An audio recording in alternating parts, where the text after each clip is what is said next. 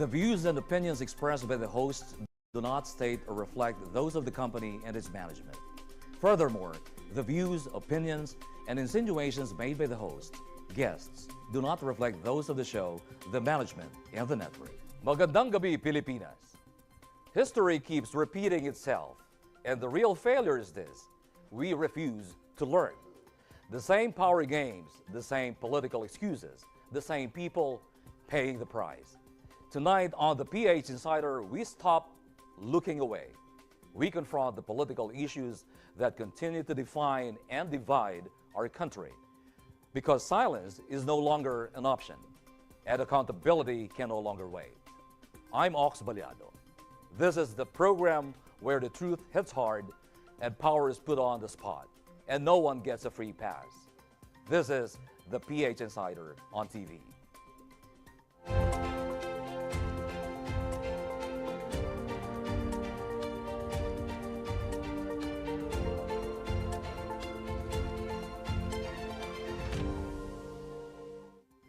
At siyempre, para mas masarap at mas malaman ang ating magiging talakayan, makakasama pa rin natin ang mga pinagkakapitagan nating mga abogado ngayon. May kasama tayong dalawang abogado. Siyempre, unahin na natin ang aking kabalyero, Attorney Rizandro Unay. Magandang gabi. Ako naman po si Attorney Rizandro Unay. Samahan niyo po kami sa isa na namang oras na balitaan at balitaktakan. And of course, ang ating suking-suking guest co-host na rin, ang veterano sa larangan po ng mga isyong politikal, matapang, diretso at matalino sa kanya mga binibitawang pahayag at pagpapaliwanag. Academician from the University of Santo Tomas and international relations expert, Dr. Dennis Coronacion. Sir. Salamat, Sir Ox. Good evening. Magandang gabi po sa inyong lahat. Narito na naman po tayo. Dennis Coronacion po. Sumasama sa mga magagaling na abogado at kay Sir Ox upang himay-himayin ang mga political issues at tulungan kayong mag-decide kung ano bang, sino bang tama at ano bang dapat. Alright, welcome back, Prof. At ngayong gabi, meron po tayong import, no, para guluhin ang ating usapan from the perspective of an independent political observer, former government executive, isa pong abogado ni Campanilla. Please welcome Attorney Ramon Cuico. Good evening, sir. Isang mapagpalayang pagbati. Attorney Baba from Qatar. Qatar man, Northern Samar. Alright, let's proceed. Una sa mga balitang talaga namang gumising sa ating kabalayan. Dating Senador Bong Revilla Jr. balik kulungan diretso sa Quezon City Jail. Bong Revilla diretso sa Quezon City Jail sa payatas matapos ipag-utos ng Sandigan Bayan 3rd Division kaugnay ng 92.8 million pesos Ghost Flood Control Project sa Bulacan. Ayon sa ulat ng Quezon City Police District, mahigpit na ineskortahan ang dating senador at dumating sa male dormitory pasado alas 2 ng hapon. Mananatili siya sa kulungan habang dinidinig ang kahilingang mailipat sa custodial facility ng Philippine National Police sa Camp Crame. Kasamang kinasuhan ang 6 na lalaking opisyal ng DPWH na nakakulong din sa parehong pasilidad kaugnay ng hiwalay na flood control scandal sa Oriental Mindoro. Nilinaw ng BJMP na walang espesyal na trato. Ordinaryong detainee si Revilla. Tatandaang sumuko si Revilla ilang oras matapos ilabas ang warrant of arrest laban sa kanya at sa mga kasamang akusado. January 16 nang sinampan siya at 6 pa ng Office of the Ombudsman ng kaso malversation through falsification kaugnay ng umano'y ghost project sa Pandi, Bulacan. Walang inirekomendang piyansa ang prosekusyon. Isinampa rin ang hiwalay na kasong graft laban kay Revilla at iba pa. Tiniyak naman ng Malacanang na walang ligtas kahit kaalyado pa sa investigasyon sa anomalous flood control project. Ayon pa sa palasyo, patunay ang kaso ni Revilla na walang sacred cow sa kampanya kontra katiwalian sa ilalim ng administrasyong Pangulong Ferdinand Marcos Jr. And now for the part that really counts. What is its implication? What's the implication of this scenario to everyone? What went wrong sa unang kaso ng senador, itong plunder case niya? Ang natatandaan ko doon sa kaso niya sa Sandigan Bayan, doon sa plunder case, I think ito yung kaugnay sa Napoles anomaly na kung saan sinampan siya ng kaso, kriminal.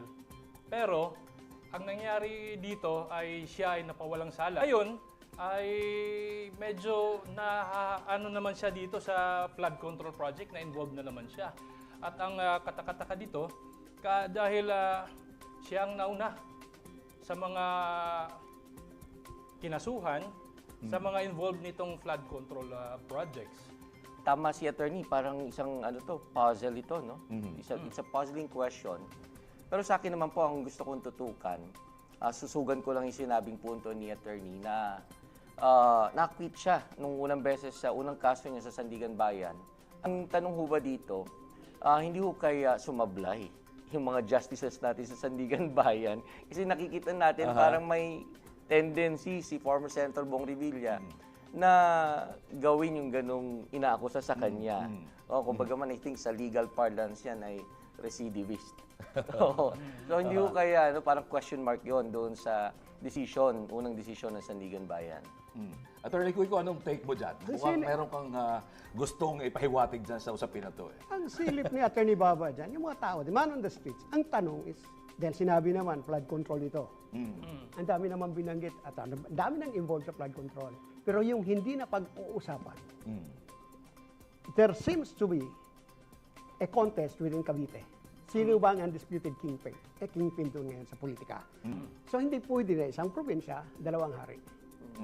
So kung talagang ang target lang are people involved in the flood control, ang dami niya dapat. Mas marami pa siguro dapat tao na eh. Correct. O mas sir. dapat Pero pagtuunan ng pansin. bakit ito? Because the statement has to be there. In Cavite, I am the Lord.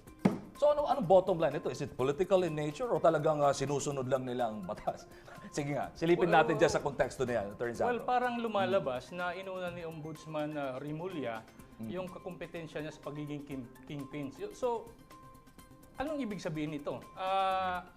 Si Ombudsman ba ay selective? Yun ang lumalabas eh. Parang hindi dapat ombudsman ang tawag sa kanya, obvious man eh. Kasi na-obvious tuloy yung mga intentions niya politically. So, yan ang mahirap. Baka sagot ka, misnomer yan ha? Yan mahirap pag ang ombudsman ay dating political person talaga, it's already in his skin. Yeah. Lahat ng mga gawa niya, wittingly or unwittingly, lumalabas din ang pagiging politiko niya. So, targeted din yung mga... So, ang nakikita ko dito, dapat siguro tingnan din nila. Kung gusto nilang ipakita na wala silang kinakatigan, independent nga yung ombudsman, bakit yung pinapromise nila noon pa, wala pa hanggang ngayon? Lalong-lalo na, yung pinakahihintay ng mga tao na sinasabing mastermind ng flood control na ito, na si dating speaker Martin Romualdez. So you're saying that smoke screen lang ito? Parang ganun ang lumalabas para sabihin na sa mga, meron na ha, big fish ito eh. Ba't nilagyan, saan ba sa power play na nakalagay ito si Senator Revilla? Private citizen siya ngayon. Nasaan yung mga power players dito? Pag sinabing power players, dapat ito yung talagang totoong big fish ngayon. Yes. Yung mga, sabihin lang natin, yung mga mas nakaupo siguro dapat mas pagtuunan ng pansin. Tama ba yun, Professor Dennis? Well, tama naman ho, no, na dapat naman talaga, regardless kung nakaupo o private citizen na, at involved naman talaga at malakas ang ebidensya, dapat file na agad ng kaso. Hindi yung nakikita natin na parang selective. Kasi kapag ganyan, lalong ihina yung tiwala ng publiko sa mga institusyon natin. Lalo na itong mga investigasyon na ginagawa. Kasi parang from the moment na nagkaroon ng investigation, nakikita na natin yung mga kanya-kanyang pagkiling ng mga politiko natin, may makanya-kanya silang pinoproteksyonan. So, kapag ganyan, mawawalan tiwala ang publiko. Sasabihin, puro politika na lang pala ito. Paano na may legal merits ng mga kaso na ito? Right. Alright, eto ba yung tinatawag na, simula na ba ito ng mga big fish na sinasabing diretso sa kulungan sa babala noon ni President Marcos? Sabi ng karamihan, Sir Rox, kahit 10 senador, kahit 10 congressman ang dalhin mo sa husgado.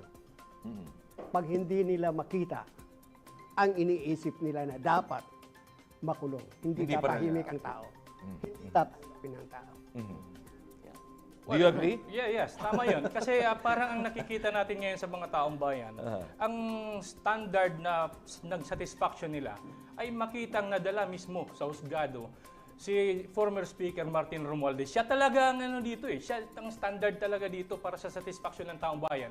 Para masabi na maalis ang agam-agam ng mga tao at masabi nila na seryoso itong administrasyon na to. Naaabot talaga ito sa hanggang doon sa pinaka-mastermind na sinasabi. At ang susi nito ay isa lang. May uwi dito, si Saldico, kaagad. Agad-agad. At kaya nilang gawin yan. Alam natin yan na kayang gawin yan ng gobyerno natin.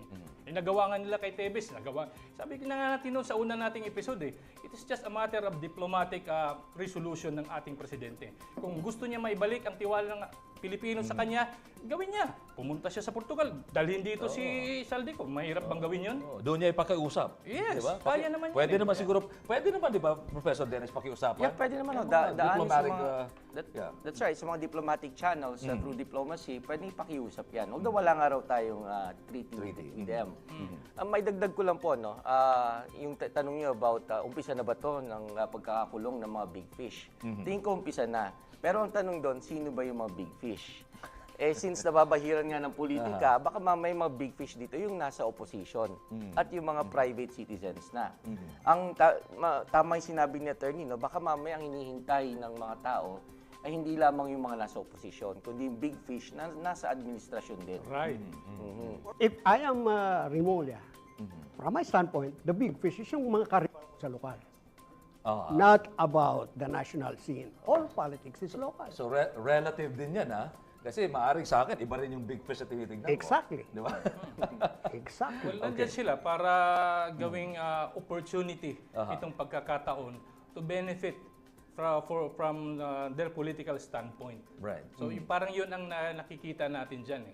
They are trying to benefit out of the situation.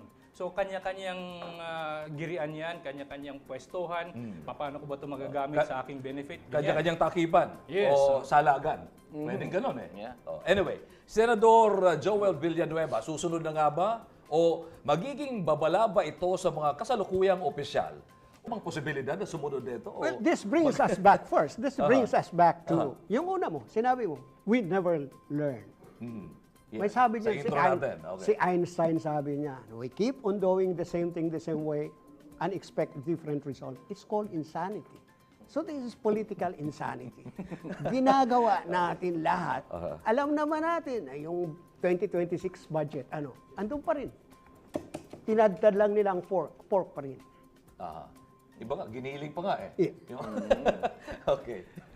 Sige, Prof. Well, Meron kang- sa akin naman, tawag ito, I think it's possible. Nasusunod na si Senator Joel Villanueva. Kasi nga, kung idudugtong natin to doon sa sinasabi natin kanina na ang inuuna yung mga hindi kasama sa administrasyon, yung mga nasa opposition. So it's possible. Given the fact na mayroon ng mga kasong sinampa laban kay Senator Joel Villanueva, and I think it's just a matter of time bago mailabas yung warrant of arrest para sa kanya, no? May dagdag ko lang kasi mukhang papunta ito doon sa padating na impeachment proceedings, hindi lang dito kay PBBM, lalo na kay BP Sara. Kasi pwede itong maging quid pro quo later on eh. Di ba? Yung minority senators na nandyan nakasala ngayon, may mga kaso, pwedeng pag-usapan nila, saan ba boto mo dyan? Kasi after all, alam naman natin lahat na matter of botohan lang naman to, numbers lang ito pagdating sa Senado eh. Yan ang nakakatakot dyan. Kasi na-weaponize na itong situation na ito, imbis na papanagot natin yung totoong mga may sala, nagamit patuloy ito sa pamumulitika, hidwaan ng dalawang paksyon. Alright. Okay. Eto, tignan natin ito. Paniningil ng hustisya o isa na namang kasong lilipas ng walang pananagutan? Diba? Well, depende ho yan. Kasi maganda yung analysis ni attorney, no, na posibleng magamit ito laban sa oposisyon dahil nga inaasahan na magkakaroon ulit ng impeachment complaint laban kay Vice President Sara Duterte. Sa ngayon, 8 sila. So I think magiging importante ito na upang mabawa kung sakaling gustong talagang i-push ng administrasyon na ma-impeach siya, mas superior in numbers na lalo ang administration senators. So tingin ko magagamit sa political competition within the Senate. In fact, may pending na ngayon. May kaso na final kay Sara sa ombudsman. But there is nothing in the law that will prevent the ombudsman from poking its dainty finger into the shenanigans allegedly perpetrated by Sarah. The product would be an input into the impeachment complaint. But they have to wait until February. 6. 6. Yeah. Yan yung isa sa mga aabangan eh. Alright, simula pa lamang yan ang pagtalakay natin sa mga isyong napapanahon at dapat na pag-usapan. Kaugnay pa rin sa manumalyang issue ng flood control project. Papasadahan naman natin ang isa na namang banggaan. Banggaan sa hanay ng mga senador sa paglalabas ng Minority Report ng Minorya tungkol sa umano'y pinakamalaking korupsyon sa kasaysayan ng ating bansa. We'll be right back. This is the PH Insider on TV.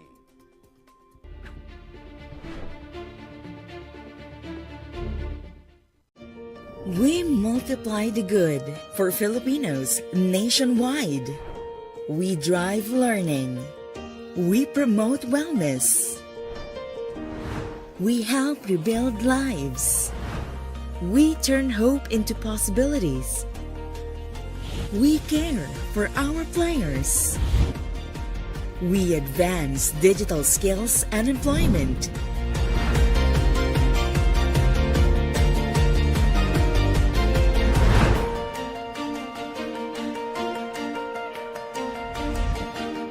We bridge accessible healthcare to the underserved.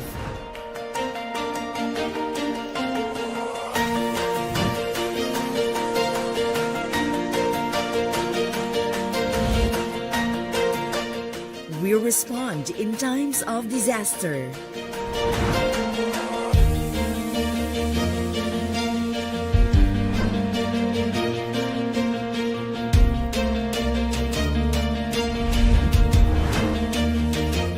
We grant wishes that bring hope and opportunities.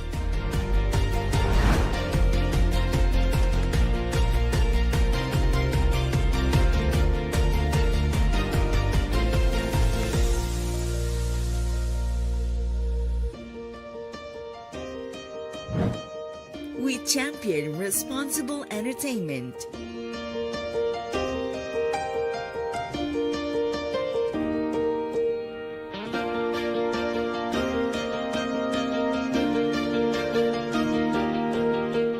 With this project by Bingo Plus Foundation, it really could help a lot of students and ignite their hope to innovate, to love science, to pursue research in academic, but also in their professional life. Wala na yung mga dumi galing sa tubig, malinaw. Safe na po yung tubig namin. Thank you! Kayo po ang ilaw ng aming buhay at tahanan po. Sa loob po ng 20 years, nagkailaw din po kami. Maraming salamat kasi natupad yung kahilingan ko po na magkaroon ng sariling tindahan. As in, sobrang saya po namin mag-ina. I think what DigiPlus and Bingo Plus is doing is really remarkable, and I really affirm you guys for that kasi like this one is a very big step. Together, let's help Filipinos thrive and win in life.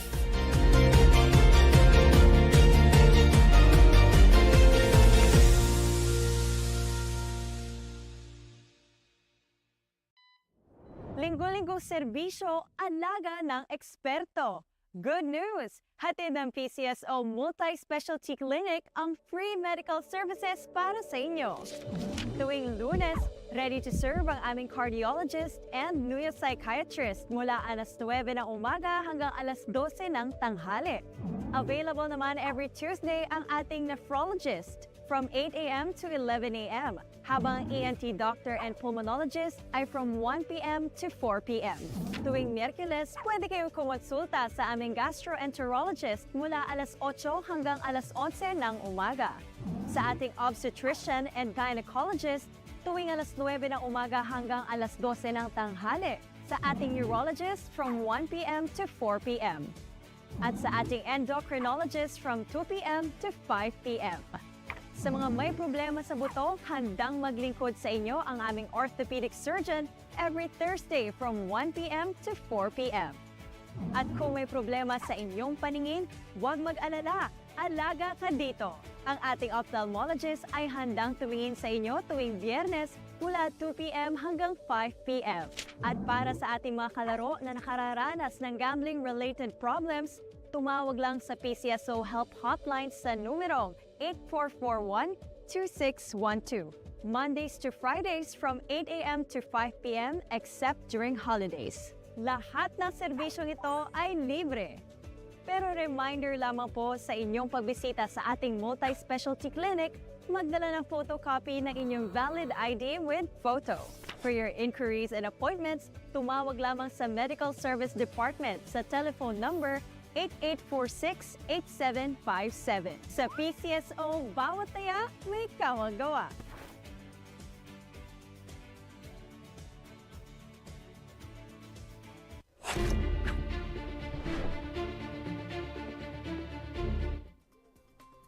You're still watching the PH Insider on TV. At kasama pa rin natin siyempre ang mga magigiting na abogado ng bayan.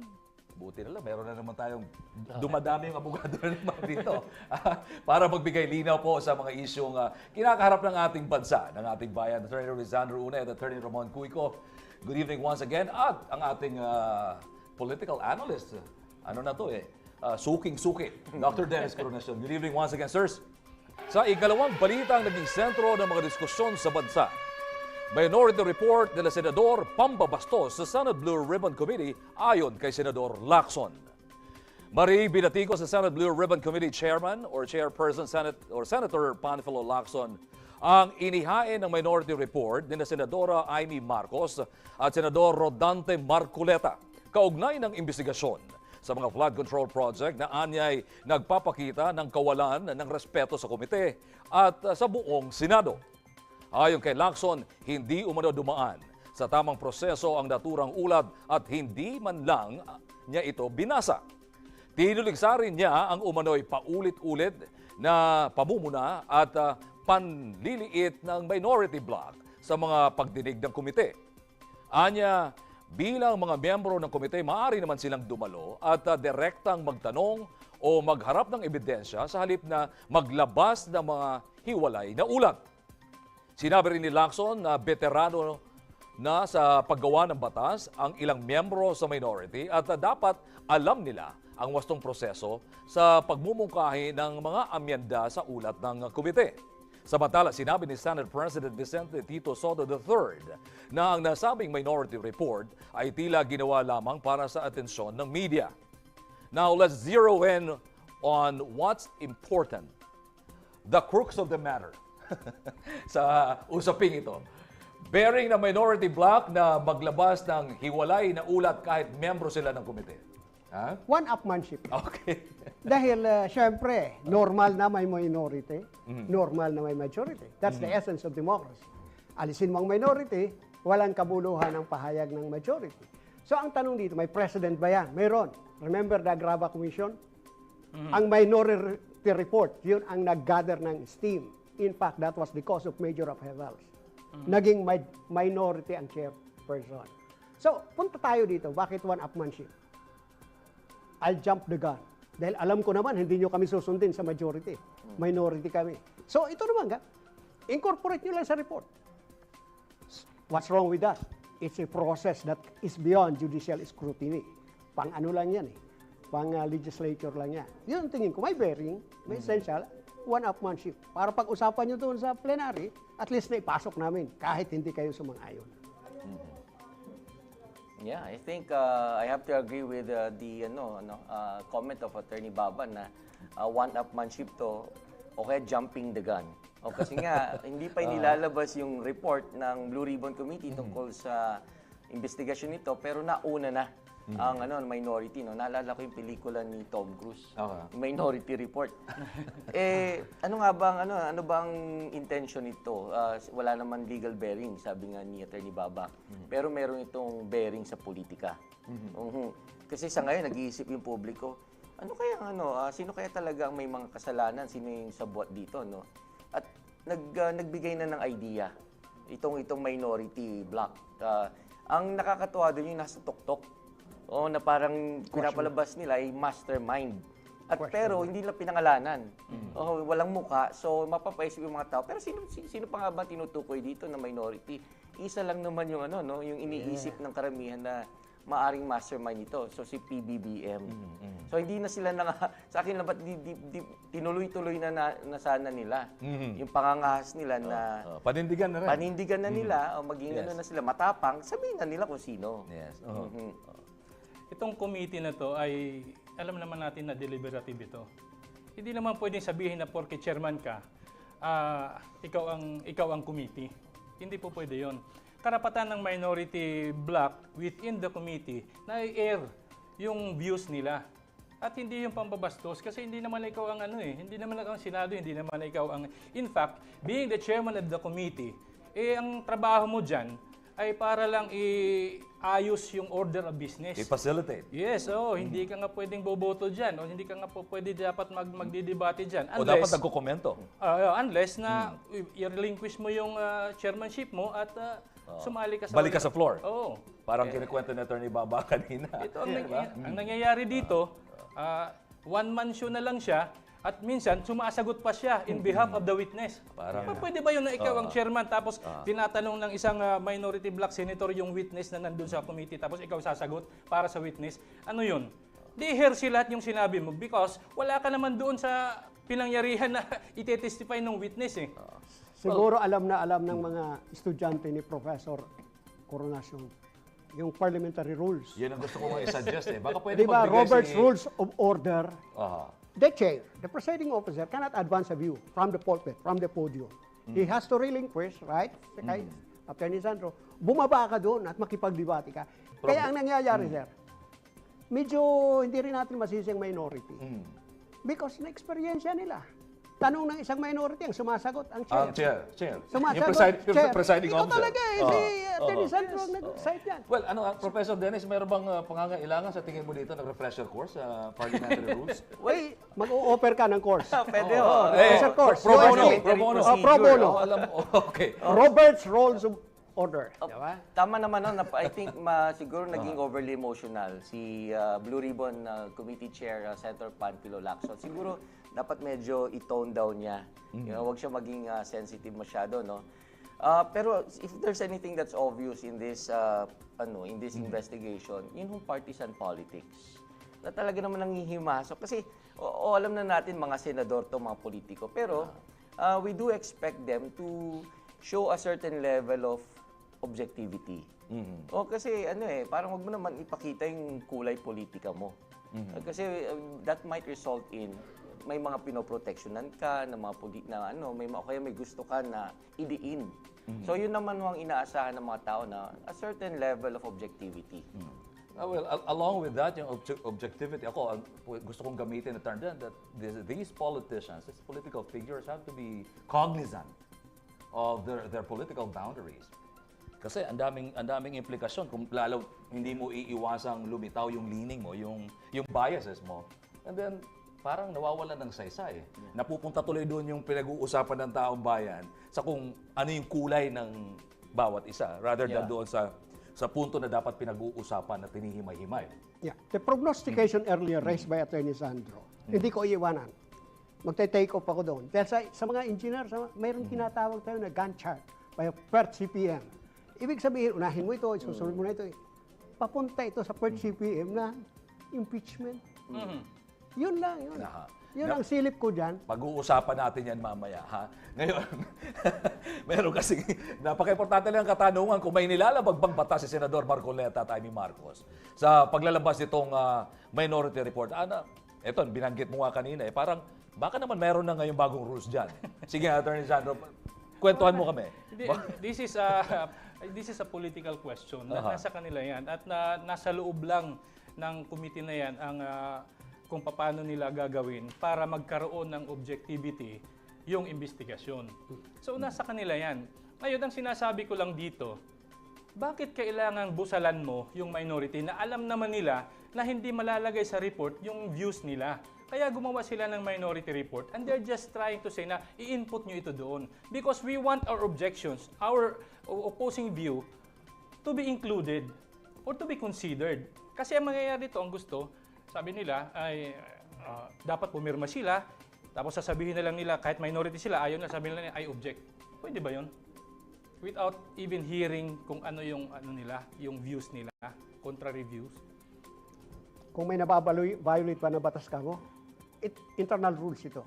So, this is beyond judicial scrutiny. Hindi pwede makialam ang hudikatura sa internal affairs ng legislatura. Otherwise, you will be violating the tripartite separation of powers. Yes. So, wala batas na ba-violate.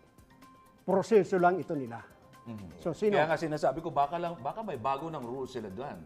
Well, Unless na kailangan malaman ng mga kababayan natin, Professor Dennis. but because of our constitutional order, constitutional supremacy, palaging kasali, the Constitution is deemed incorporated into the provisions of every statute, of every rules, including the rules of the Senate. Yeah, internal rules po to, no? So, I don't think na merong nilalabag na batas. So, ang ano lang ho dito is, kumbaga man, ang issue ni Senator Ping Lacson is that hindi sinunod yung procedure. Dapat may step-by-step na procedure eh. Right. So, magkakaroon muna sana, kung susundin daw yung procedure, magkakaroon muna ng deliberation, pwedeng insert yung mga insights and comments ng minority bloc, and then tsaka sila maglalabas ng report. Right. Kaya nga lang hindi nasunod yon. O kasi maganda sana yun kung naglabas muna ng report yung Senate Blue Ribbon Committee, tapos tsaka nilabas ng minority bloc yung kanilang report. Parang ang dating niyan, para siyang dissenting opinion. Yes. So, na mag-gain sana ng traction in that sense, ano? At saka ang ganda panoorin sana kung parehas may latag na maayos. Tama ho. Pero gaganon din. Halimbawa, ako dyan, si Marcoleta, ang sa report, andun ang mga pangalan, isusulat ko mo doon, please see the minority report. Saka ako doon pipirma. Ganun din ang resulta. I-incorporate mo lang ang minority report. Alright, gumaganda at talagang nagiging mas malusog ang ating talakayan. Hindi pa tayo tapos ang ating itong palitan at sagupaan ng mga opinyon. Dahil sa ating pong pagbabalik, muli natin babalikan ang usapin tungkol sa magkakahiwalay na impeachment case na isinampa laban kay Pangulong Ferdinand Marcos Jr. at Vice President Sara Duterte sa ating ikalawang Pangulo. History echoes once more. As impeachment resurfaces, the nation watches what comes next. The lessons continue, so stay with us here on the PH Insider on TV.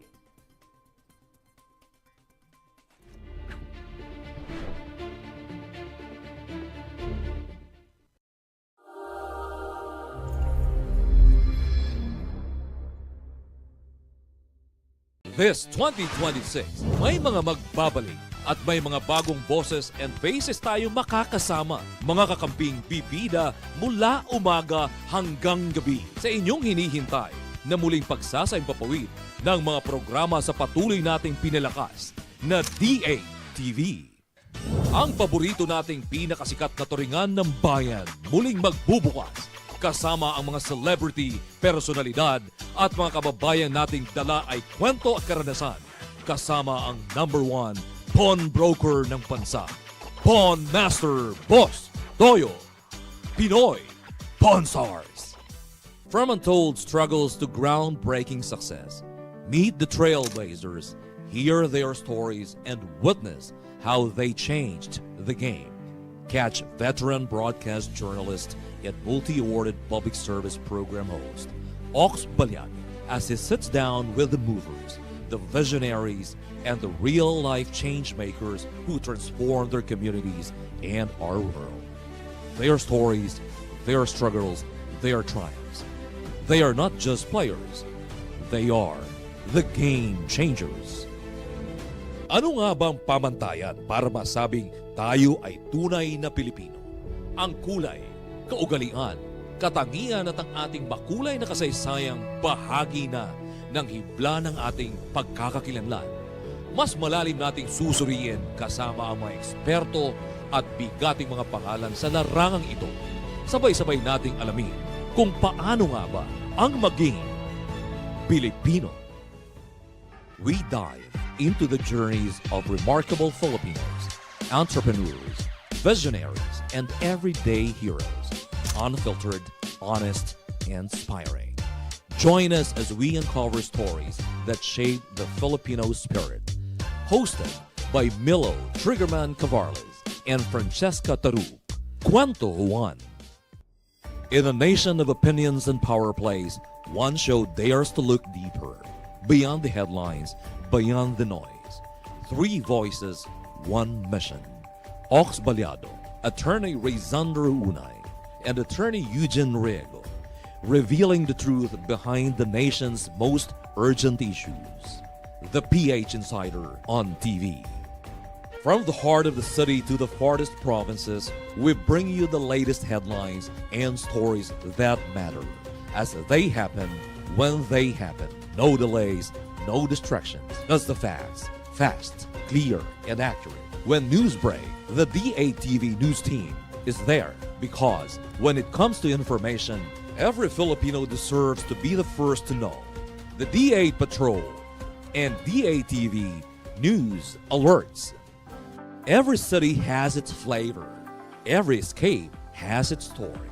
Join us as we uncover the Metro's most elegant dining places and social scapes, where taste meets experience.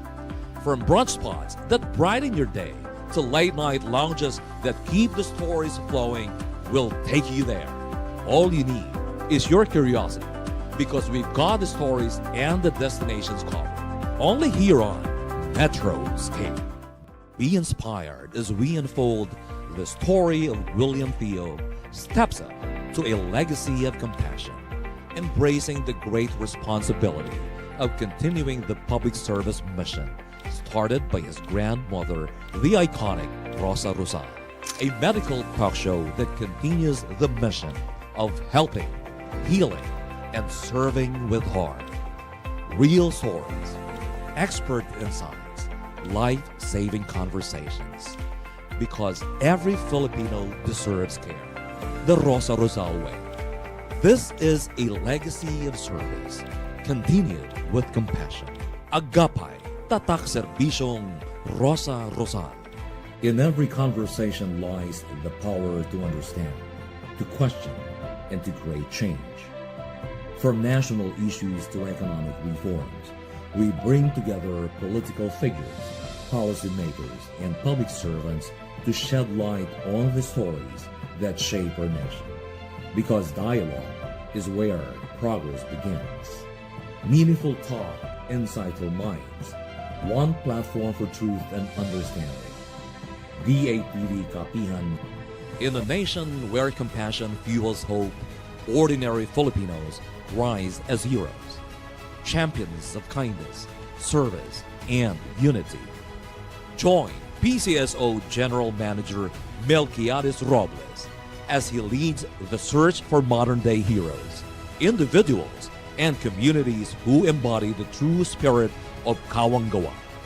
Be moved by stories of generosity, acts of courage, the power of helping, changing lives one heart at a time. Because true warriors fight not with weapons, but with kindness. Kawangga Warrior, ordinary people, extraordinary hearts.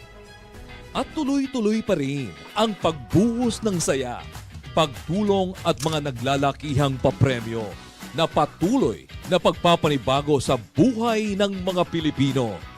Hatid ng pinagkakatiwalaang PCSO Lottery Draw. Kaya naman, tuloy-tuloy lang ang pagtaya, pagbabantay sa inyong mga lotto ticket at pagtutok sa inyong paboritong lotto games from Monday to Sunday.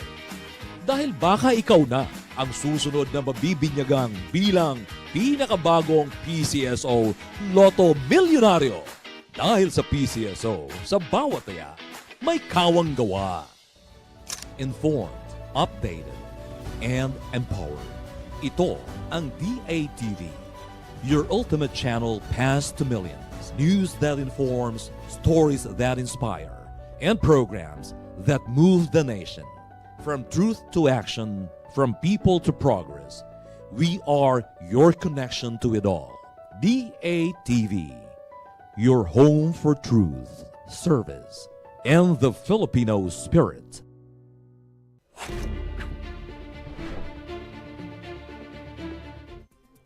We're back with a program that takes a closer look at every angle of the nation's most pressing issues shaping the history of the country.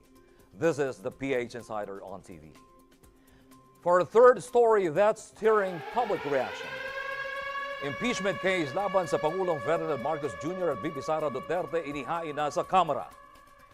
Nagsampa na panibagong kaso ng plunder, malversation at graft si dating Senador Antonio Trillanes IV kasama ang civil society group na The Silent Majority laban kay Vice President Sara Duterte sa the Office of the Ombudsman nitong Miyerkules. Git ng mga nagreklamo, bilyon-bilyong pisong confidential at public funds ang umano'y maling ginamit ng Vice Presidente. Matatandaan una nang nasampahan ng impeachment complaint si Duterte kaugnay ng umano'y maling paggamit ng confidential funds ng OVP at DepEd. Samantala, inihain naman ditong Lunes sa Kamara ang kauna-unahang impeachment complaint laban kay Pangulong Ferdinand Marcos Jr. kaugnay ng umano'y korupsyon sa 2025 budget, partikular na sa unprogrammed funds. Kabilang sa grounds ng impeachment, culpable violation of the Constitution, betrayal of public trust at graft and corruption. Inihain na ng Makabayan Bloc sa Kamara ang ikalawang impeachment complaint laban kay Presidente o President Bongbong Marcos ngayong Huwebes, January 22. Kabilang sa batayan ng reklamo ang umano'y betrayal of public trust dahil sa ilang issue sa national budget. Now, let's walk through the details. Ito yung inaantay nating usapan eh. Sige, what's your take on this? When it comes to legality, sapat ba ang ebidensya? Hindi natin masasabi. Pagdating sa aspetong technical, sige nga. Hindi pa natin masasabi yung ebidensya dahil unless nasilip talaga. Nasilip talaga natin, i-final na. So, ang nangyayari dito, dalawa ang kasong i-final. Yung kay VP Sara, doon dumiretso sa ombudsman. Okay. Kasi hindi pa naman pwede siyang sampahan ng kaso dahil according to the Supreme Court, until February 6 pa pwede ma-lift yung one-year bar rule.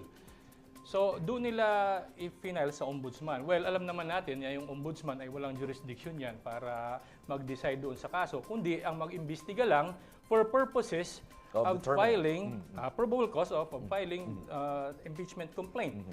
So, parang ang mangyayari dyan, kung ano man ang investigasyon na ginawa ng ombudsman, kukulit nila yan, at yun ang sususugan ngayon, yun ang i-endorse ng House of Representatives sa Kamara. So probably ang mangyayari diyan ito yung 1/3 na kaagad ng House of Representatives ang magi-endorse dito. Ito yung extraordinary direct filing na sinasabi. So patungkol naman dito kay PBBM, i-final ito at merong nag-endorse. So ang mangyayari ngayon ay kailangan ito ay ma-include sa order of business within 10 session days. And then afterwards, kailangan ito ma-refer kaagad sa Committee on Justice within 3 days therefrom. So ang nangyari, mayroong i-final din kahapon na impeachment complaint laban kay PBBM. Ito namang mga grupo ng Makabayan Bloc. Pero allegedly, hindi daw tinanggap dahil wala doon si Secretary General Cheloy Garafil. Okay. So, yun. So, pwede pala yun, hindi tanggapin dahil wala siya doon. Wala siyang substitute doon. Yun nga, hindi ko alam kung dala-dala niya yung buong kongreso, yung opisina niya nang umalis siya eh. Kasi, hindi, baka may susi. Okay. Ministerial lang naman ang pagtanggap dyan. Sige, Attorney Baba, baka meron kang gustong bigyan diin dito sa usaping ito. Let me go beyond legal. Dahil nasabi ng legal. At saka sa ngayon may nakikita akong elephant in the congressional room. A very big elephant in the congressional room. Ang akin muna, ano mangyayari sa Pilipinas kung puro itong impeachment? Not that I'm against the impeachment process because it's part of our constitution. Ang ano ko lang, ang nakakabahala, anong mangyayari? Anong mangyayari sa bansa natin? Divisive ang impeachment na yan, ekonomiya natin, we're nearing stagflation. Nakakabahala from the standpoint of a private citizen. But, na sinabi ko kanina, Prof. Coronation, a very big elephant in the congressional room. Because if you will check, impeachment is a national inquest into the behavior or in the conduct of public men. So important a provision, so important a facility na gumawa ang framers ng Constitution ng sariling artikulo, Article 11, to demand or to come up with a mechanism to exact accountability. Very important. Titingnan mo doon, identify lang kung sino impeachable impeachable officials, ano ang ground. Ngayon, ang ating procedure, Section 3, from 1 to 5, the role of the House. Hindi pwede agawin ng Senado. 6 and 7, ang papel naman ng Senado. Right. But watch, Section 3, paragraph 8. Anong sabi? The Congress shall promulgate its rules of impeachment to effectively carry out the provisions of this section. This is the elephant in the room. Hanggang ngayon, wala tayo nung congressionally promulgated rules. What they have, the House has its own House rules of impeachment. They promulgated that to the exclusion of the Senate. The Senate has its own rules of impeachment to the exclusion of the members of Congress. Eh, ano sabi ng Constitution? The Congress, meaning one. Ano sabi ng Congress? It comprises the two chambers. Yes. So, ano sinabi? Congress shall promulgate its rules of impeachment. Kung ang intention ng framers is to empower or allow its chamber, its House, to do what they have done right now, the framers could have easily said, each House shall promulgate its rules of impeachment to effectively carry out the provision. But no, sinabi na the Congress, and Congress shall promulgate it as Congress. A single constitutional entity. So meaning, in other words, it involves the upper and the lower house when they say Yes. Congress. Yes. Malinaw yun. Yes. Yes. Pero parang tila may kanya-kanyang diskarte. yes, but they cannot go over the Constitution. Okay. So that's why I call it, it's the elephant in the house. Dahil Okay. hindi pa nila natitreat. Yeah, I think I see the wisdom behind yung sinasabi ni Attorney Bava, no? The need for a promulgated set of procedures. Kasi ngayon na separate, mukhang na-exploit to the interest, to the advantage of one party. Why do I say this? Intriguing ho tong developing story na to eh. Starting with the first impeachment case filed against the President, and then ito ngayon na may second impeachment complaint na hindi ma-receive dahil wala si Secretary General Garafil.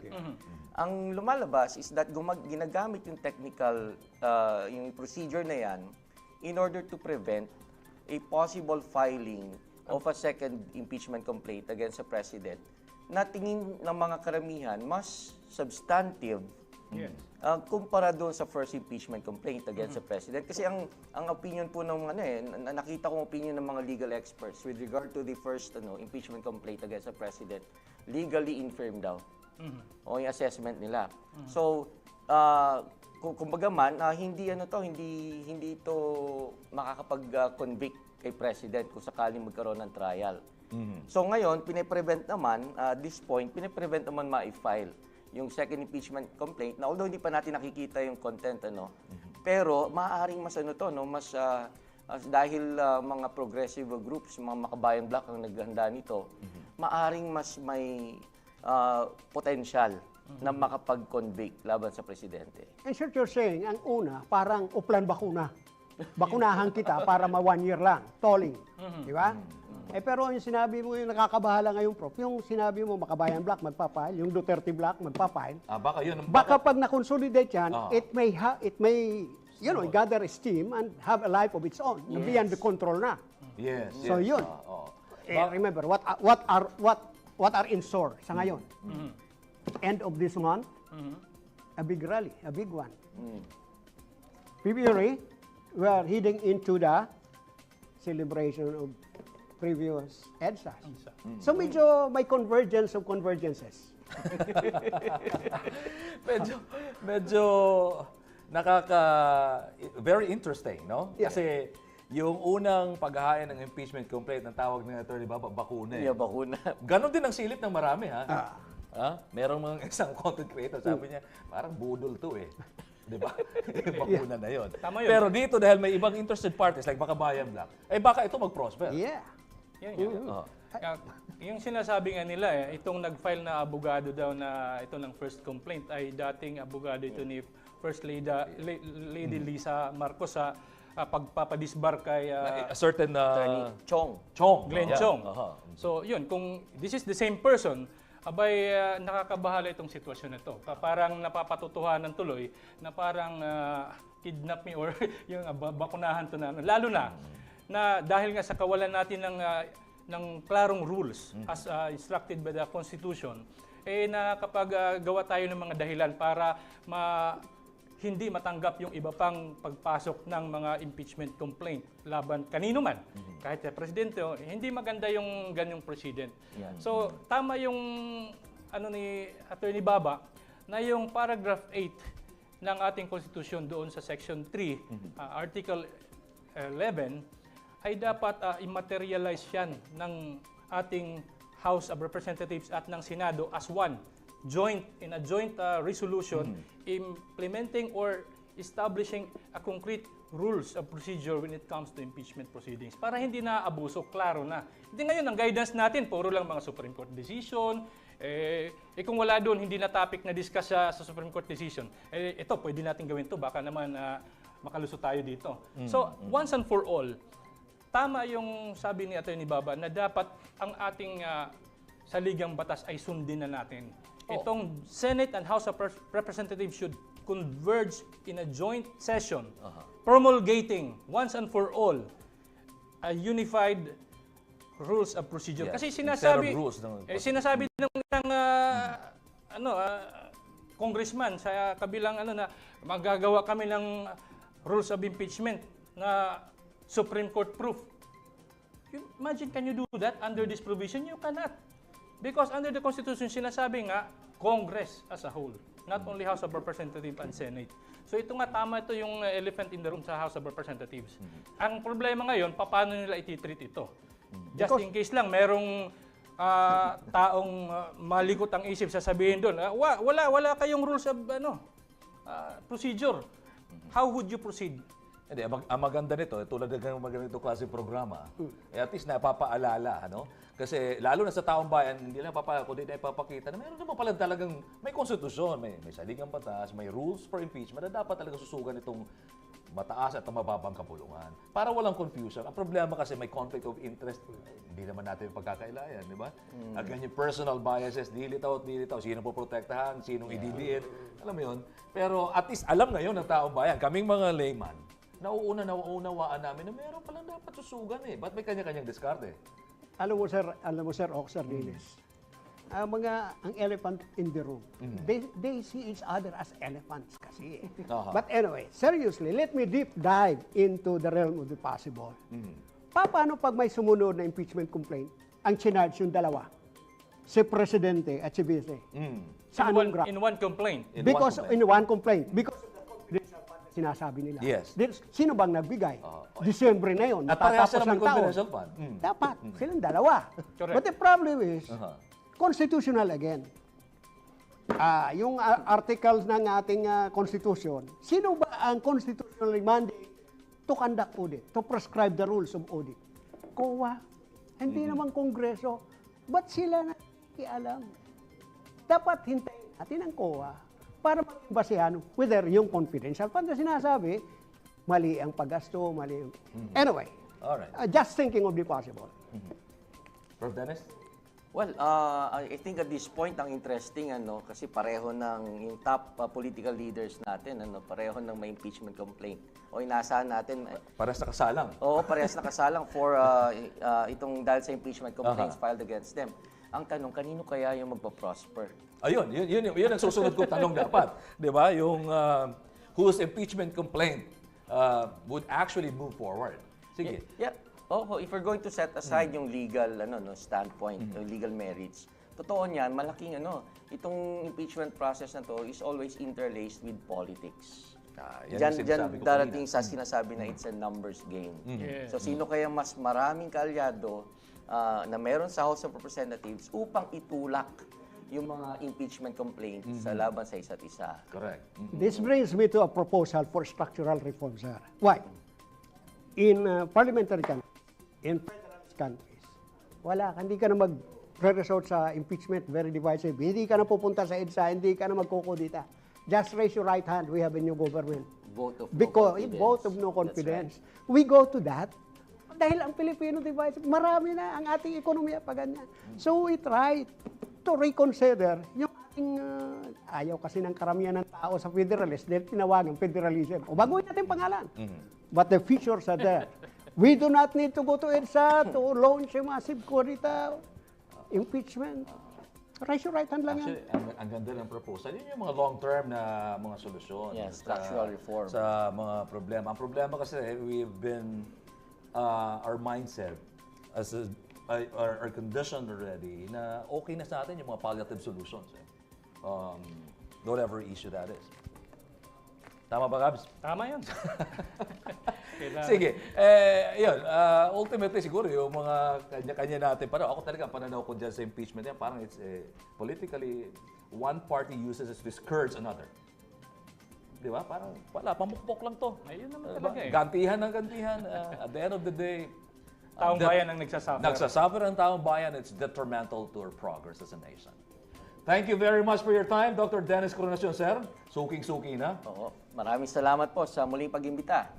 At siyempre, ang ating Attorney Ramon Cuico, maraming salamat for imparting. Mula sa Qatar man of Bansabar. Maraming salamat. What a brilliant mind that is. And siyempre, si Doc Dennis. Caballero, Yes. thank you. Thank you. Tonight, history has a way of knocking again and again until its lessons are learned. But in Philippine politics, the knock often turns into an echo we refuse to hear. Today, we face three familiar issues: impeachment threats, accusations of abuse of public funds, and political battles disguised as accountability. Different names, same script. Power questioned, institutions tested, the nation watching once more. From past administrations to the present leadership, the pattern remains painfully consistent, all the same. Allegations surface, camps harden. Truth is claimed by all, but accountability becomes selective. The real tragedy is not that their issues exist, but that we act surprised every time they do. We debate, we argue, we divide, then move on, without reform, without reckoning. If history keeps repeating itself, perhaps the problem is not the past, but our refusal to learn from it. Because a nation that forgets its lessons is bound not just to repeat history, but to remain trapped in it. Magandang gabi. Ako po si Ox Palyad. Kasama ang ating mga attorney ng bayan, Attorney Rizandro Unay, our political analyst, suking-suki na po natin, Dr. Dennis Coronacion, and of course, Attorney Ramon Cuico. Sir, Attorney Baba. Hanggang sa muli nating paghihimay-himay ng mga balitang may pakialam ka. This is the program where we cut through the noise, confront the gaps, and demand the answers the nation deserves. This is the PH Insider on TV.